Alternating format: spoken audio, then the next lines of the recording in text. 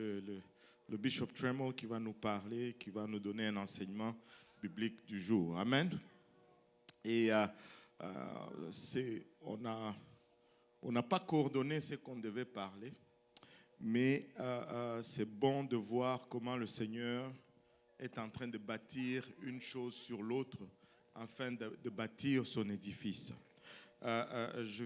Si on va se lever, on va lire juste un passage, 2 Timothée, le 2e chapitre, 2 Timothée 2, on va lire le 3 premiers versets.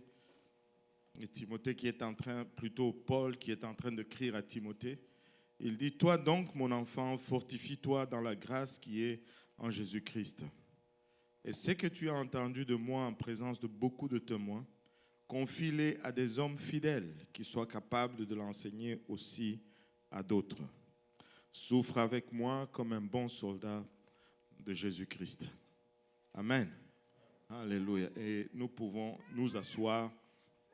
Et si nous regardons vraiment, comme il a été mentionné déjà par le pasteur Lionel, l'histoire de cette église, l'histoire de toutes nos églises a une chose en commun, les études bibliques. Les études bibliques à domicile. On a, dès le départ, quand on a pris la direction de l'église, on a galéré peut-être pendant deux années au départ. C'était les 2 années les plus difficiles. Après cela, avec une équipe, on a traduit Explorons la parole de Dieu. Et quand on s'est donné à vraiment commencer à évangéliser et à juste enseigner Explorons la parole de Dieu, Dieu a commencé à multiplier l'Église. Il n'y a pas de secret en ce qui concerne la croissance de l'Église, c'est Explorons la parole de Dieu. C'est tout simplement enseigner la parole de Dieu. Il n'y a pas de stratégie particulière, il n'y a pas un plan. Certes, je prends pour acquis qu'on va être tous d'accord que le fondement de toute chose, c'est la prière, c'est la consécration. Je suis en train de parler de mettre maintenant les jambes à nos prières. Amen. Je vais juste parler brièvement des études bibliques et rappeler à tout le monde, d'abord de l'église locale, de toutes nos églises filles, que les études bibliques fonctionnent. Les études bibliques fonctionnent. Tu veux vraiment amener quelqu'un à Christ, applique-toi à partager la parole de Dieu avec lui. Les études bibliques fonctionnent. Je me rappelle, pendant qu'il parlait, j'étais émerveillé. Le pasteur Lionel faisait partie de mes premières études bibliques. Quand il venait aux études bibliques, souvent il avait le vareuse du Cameroun avec des crampons de soccer. Il aimait beaucoup jouer au soccer. Et très souvent, il était fatigué parce qu'il venait de faire un match. Et il dormait beaucoup dans l'étude biblique. Si quelqu'un qui dormait peut faire ça aujourd'hui, imaginez-vous.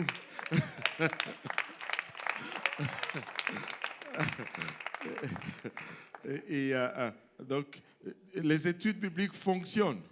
Amen. Les études bibliques fonctionnent.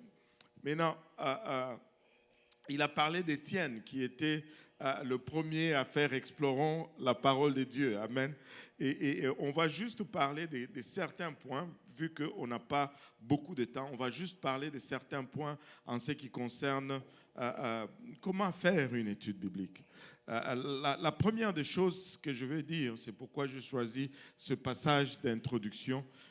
Paul est en train de dire à Timothée ici, sois fortifié dans la grâce qui est en Jésus-Christ. Parce que ça va être des épreuves à donner une étude biblique. Et dit, ce que tu as entendu de moi en présence de beaucoup de témoins, en d'autres termes, je n'ai pas enseigné en cachette. Tout ce que j'ai fait avec toi, je l'ai fait publiquement. Amen. Il n'y a pas d'enseignement secret. Tout ce que je t'ai donné, partage-les, confie-les aussi à des hommes fidèles qui soient capables de l'enseigner aussi à d'autres. En d'autres termes, je n'ai pas à me casser la tête pour chercher une nouvelle doctrine. Je ne sois pas toujours à l'afflux de chercher une nouvelle révélation, une nouvelle doctrine. Enseigne le salut. Prêche l'évangile. Christ est mort afin que les gens soient sauvés. Évite de chercher toujours une nouvelle doctrine. Il n'y a rien de nouveau sous le soleil, la Bible nous dit. Amen. Ce qui m'a sauvé est bon pour sauver la prochaine personne qui vient après moi. Le sang de Jésus-Christ reste le même et il agit de la même façon. Et il n'y a pas autre chose qui sauve.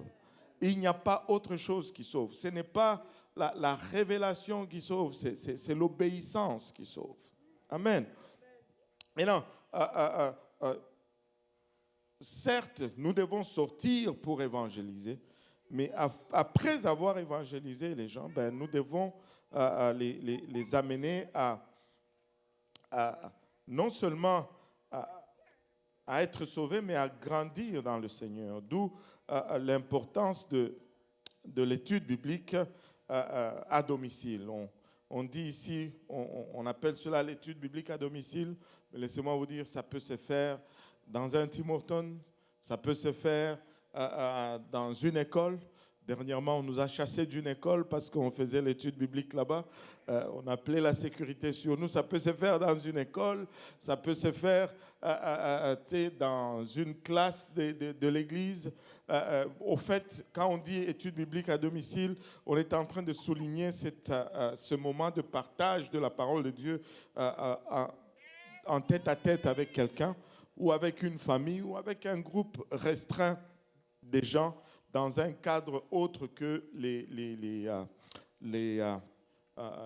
cadre officiel de l'Église. Maintenant, le salut est la première raison pourquoi le Seigneur est venu. C'est tellement la première raison que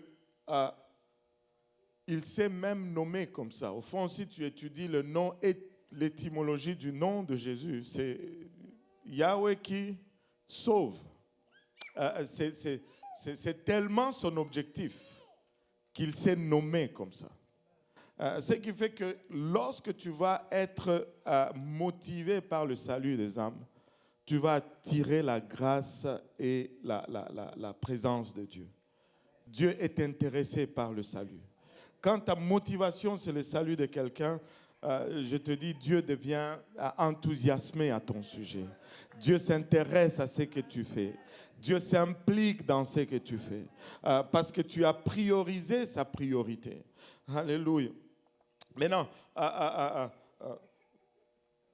le but suprême de Dieu, c'est de sauver l'homme.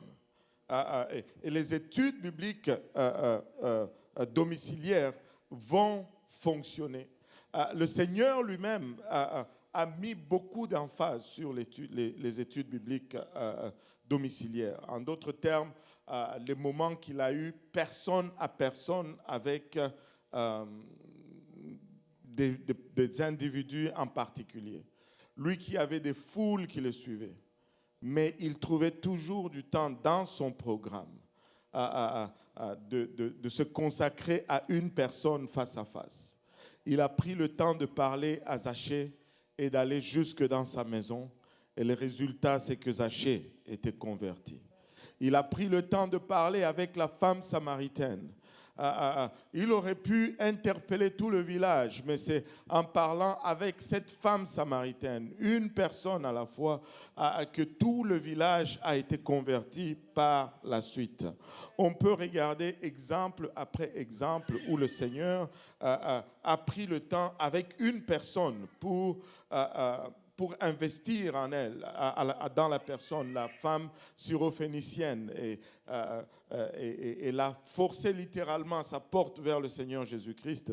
Mais c'est cette conversation d'une personne à une autre qui a porté fruit ou porté résultat. Prends le temps de t'investir dans quelqu'un. Prends le temps de te déverser dans quelqu'un. Si Dieu t'appelle à cela, ben, tu vas avoir une foule.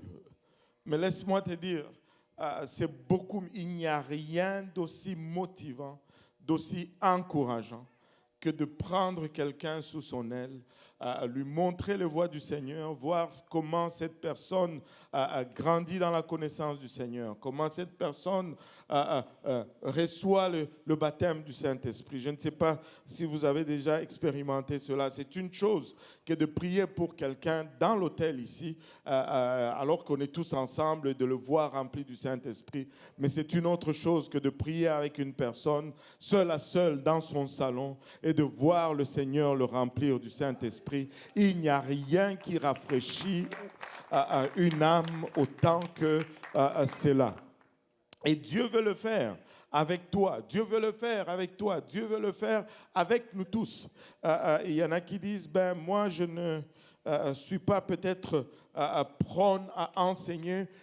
Tu n'es peut-être pas prône à enseigner. Ben, tout le monde n'a pas les habilités et c'est déjà une grâce que quelqu'un reconnaisse ses faiblesses et ses forces. Amen.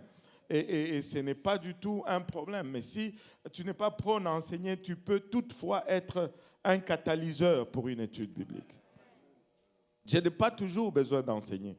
Je peux toujours inviter quelqu'un qui a besoin d'enseignement et quelqu'un qui est capable d'enseigner. Et juste être là comme un catalyseur pour que cet enseignement se fasse. Qu'est-ce que tu fais? Ben, je suis en train d'investir mon talent dans la maison du Seigneur afin que mon talent produise avec le talent de quelqu'un d'autre. Peut-être que mon talent à moi tout seul ne peut pas produire, mais en l'associant avec le talent de quelqu'un d'autre, nos deux talents produisent. Nos deux talents produisent. Donc, oui, je n'ai pas cette aptitude, mais je peux être un catalyseur. Et tous, nous pouvons être des catalyseurs.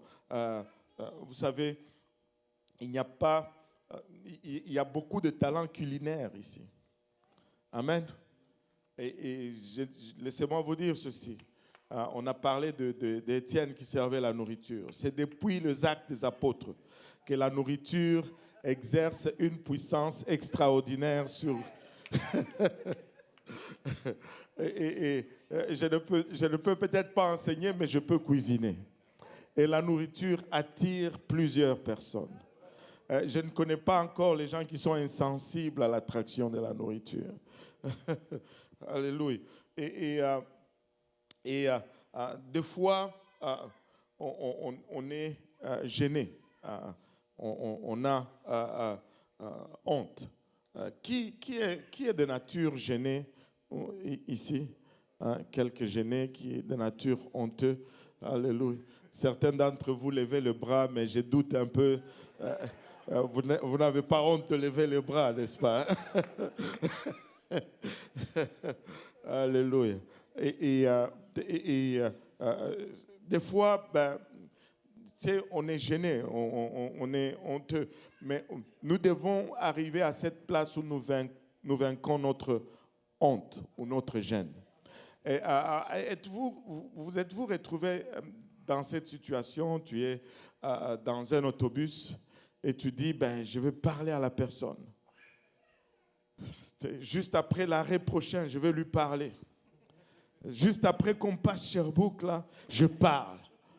Et vous passez Sherbrooke. Juste après qu'on passe Notre-Dame, je vais parler et vous passez Notre-Dame. Et puis après, les prochains arrêts qui arrivent, la personne descend de l'autobus. Et tu te dis, j'allais parler juste après cet arrêt-là.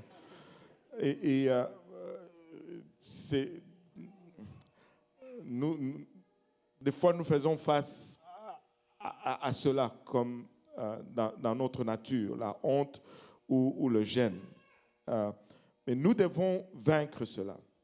La honte, c'est vraiment un grand handicap à la vie personnelle, que ce soit la vie sociale, le travail. Il y en a qui passent des opportunités de travail parce qu'ils doivent vaincre la honte. Et plusieurs croient que la honte est un attrait positif, très souvent. Mais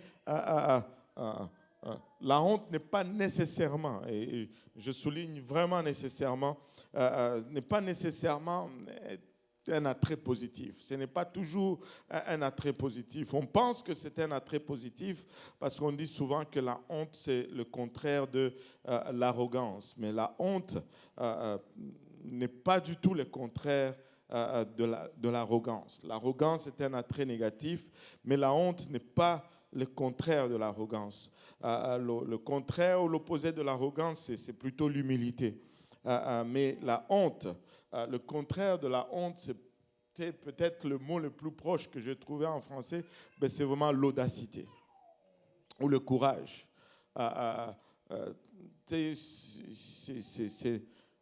Si tu sais que la honte, pour la vaincre, il faut être courageux, tu ne peux pas dire que c'est tout positif.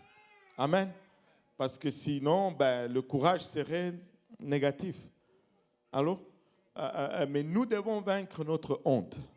Nous n'avons pas le temps d'être gênés. Nous n'avons plus le temps d'être honteux. Nous avons une commission à remplir, nous avons un travail à faire et nous allons juste retrousser nos manches et faire ce que nous avons à faire. Et la racine très souvent de la honte, c'est l'orgueil. La honte est plus animée par l'orgueil et par la crainte que toute autre chose. Il y a les psychologues font des combinations là. Il dit l'auto-sous-estimation plus l'orgueil, ça fait la honte. L'auto-surestimation plus l'orgueil. Et il y a toutes des combinaisons comme ça qui nous ramènent à cela. Mais comme enfants de Dieu, nous n'avons plus honte. Dieu a payé le prix pour nous. Nous ne pouvons plus nous taire. Dieu a payé, il a enlevé notre honte, il a enlevé notre opprobre. Nous pouvons nous tenir avec assurance et le déclarer tout haut. Alléluia, c'est ce qu'il a fait pour nous. Et quand tu rentres dans une étude biblique, enseigne la parole de Dieu. Amen. La première des choses, reste simple et focalise-toi sur le plan du salut. Et c'est toujours bon de faire une étude biblique structurée comme Explorons la parole de Dieu. Si on a Explorons la parole de Dieu, ce n'est pas parce qu'on veut contrôler les gens. Non, non.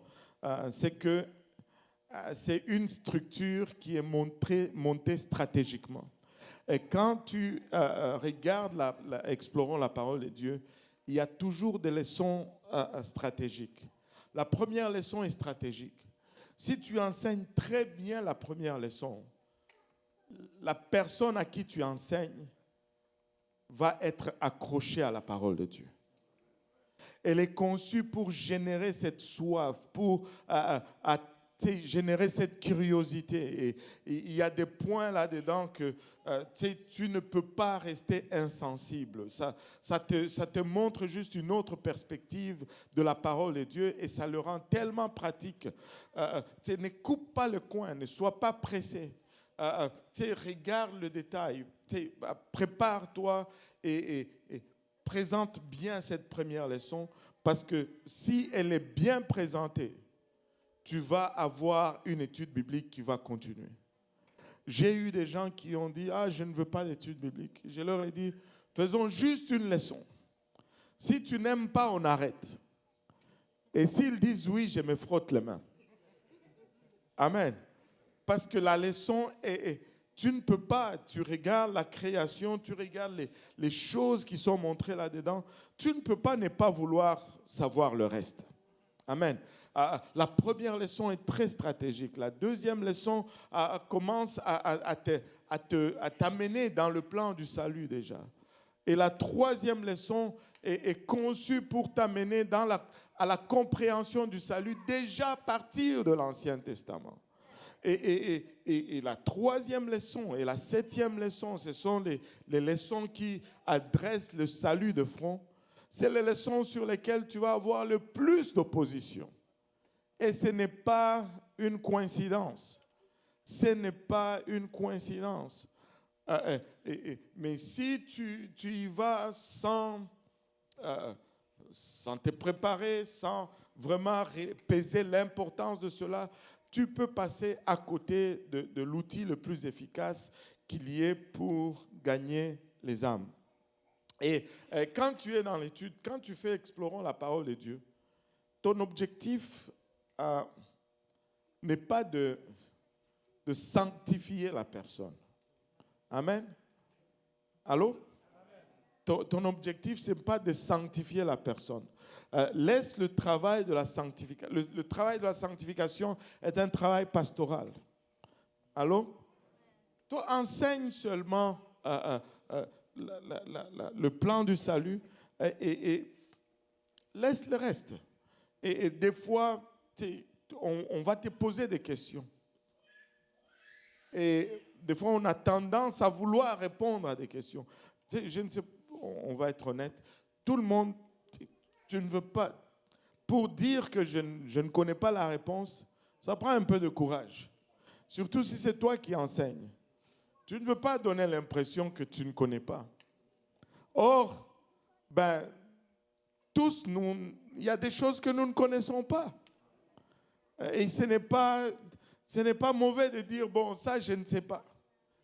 Et au besoin, je vais demander, si on me dit, je vais t'amener la réponse. Parce qu'on ne connaît pas tout. On ne va pas tout connaître. Et personne ne connaîtra jamais tout.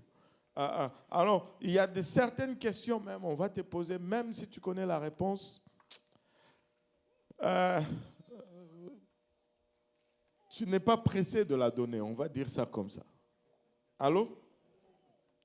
Parce qu'il y a certaines de ces questions qui vont être levées juste pour perturber l'étude biblique et te mettre sur la course, comme nos anciens disent, sur la course d'un lapin. Ne perds pas ton étude biblique parce que tu cours après un lapin. Reste focusé, zoomé sur le salut. Et après, quand la personne est attachée avec le Seigneur, là, le travail de sanctification de fond va venir. Étudier Paul. Des fois, on passe, étudier sincèrement Paul dans la simplicité. Partout où il allait, il prêchait l'évangile. Paul ne prêchait pas autre chose. C'est le plus grand gagnant d'âme parce que partout où il allait, il prêchait l'évangile. L'évangile d'abord. Avant toute chose, je vous ai enseigné l'évangile. Avant toute chose, l'évangile. Avant toute chose, l'évangile. Avant toute chose, l'évangile. Et le reste va suivre par la suite. Quand on sème quelque chose, on ne se préoccupe pas de faire pousser le fruit. On arrose tout simplement, l'arbre qui grandit avec le temps, avec la croissance, va produire les fruits. Amen. Mais ce n'est pas ton effort ou ton exercice qui va produire les fruits. Et il y a des avantages à faire l'étude biblique chez la personne, si cela est possible, parce que quand on le fait à la maison de la personne, c'est rare que l'étude biblique va être annulée. Mais si vous avez un autre endroit à l'extérieur de chez eux, les annulations sont peut-être un peu plus probables. Mais des fois, on n'arrive pas toujours à les faire à la maison pour diverses raisons. Peut-être que la personne que tu enseignes n'est pas le responsable de la maison. Là, on peut le faire dehors.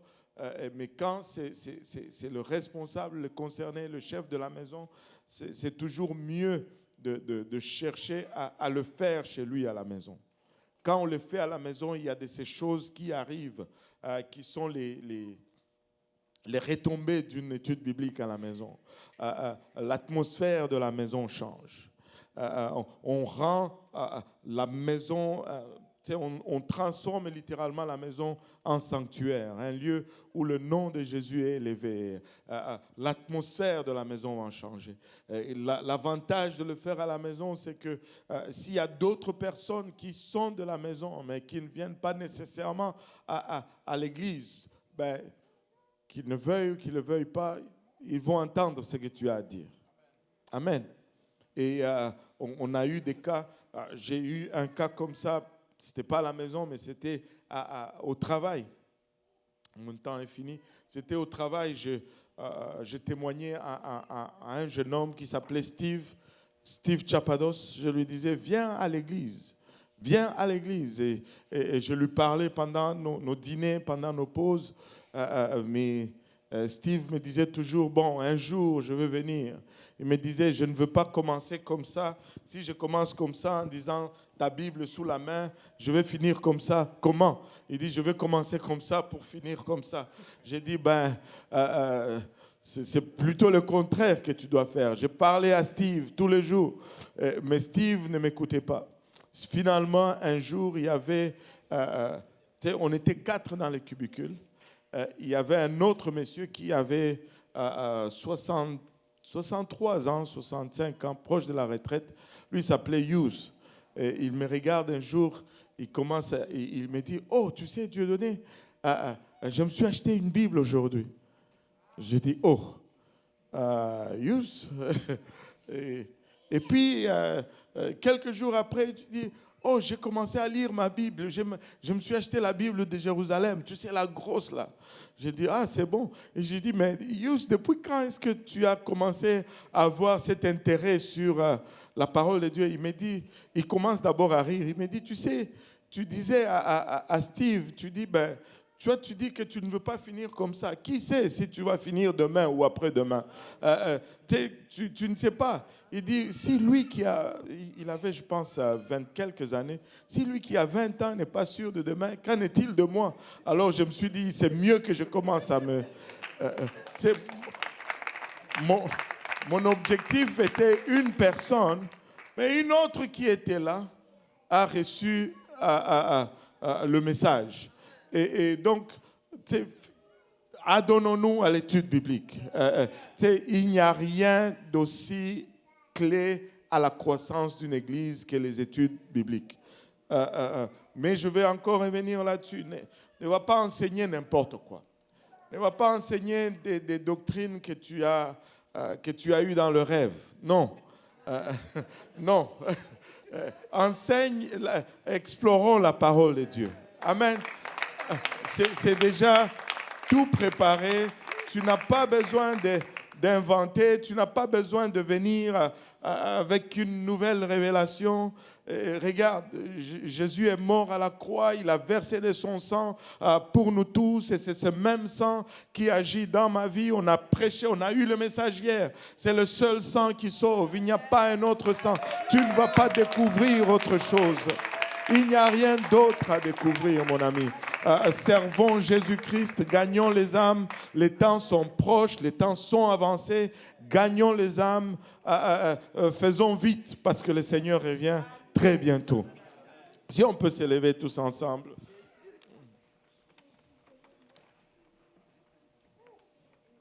On veut juste que le Seigneur ressuscite encore cette passion d'autrefois. Et ne fais pas une étude biblique juste pour cocher la case. Amen. Je fais 2 études bibliques, je fais 5 études bibliques, je fais 6 études bibliques. Mais aucune de ces études ne vont nulle part. Quand tu fais une étude biblique, il doit y avoir des résultats. Quand la parole de Dieu est donnée, elle produit des résultats. C'est pourquoi on la donne. Mais mettons notre cœur à la bonne place, comme il nous a été dit, et voyons Dieu nous utiliser dans ces derniers temps comme il a prévu de nous utiliser. Amen.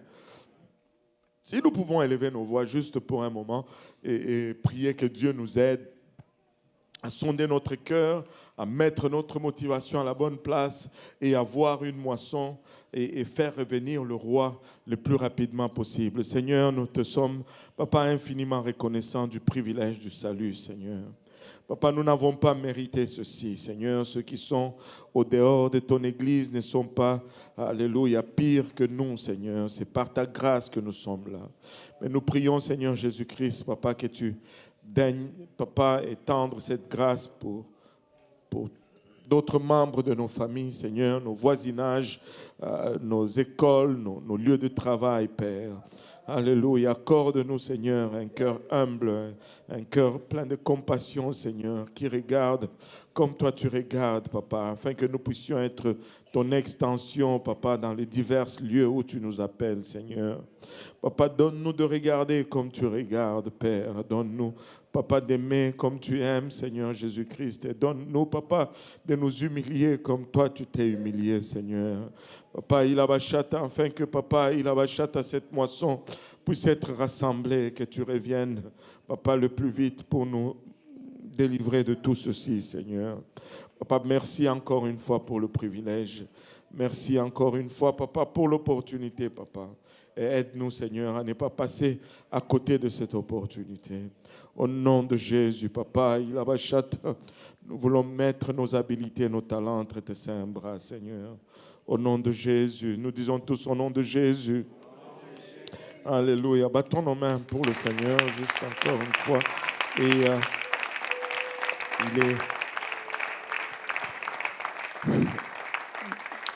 il est 11h09 et on va prendre juste 5 minutes d'aller aux toilettes et de revenir. Comme ça, on ne va pas sortir pendant que Bishop Tremel va enseigner. À 11h15 pile, on commence. Amen. Et donc, 5 minutes et 11h15, on commence. Amen.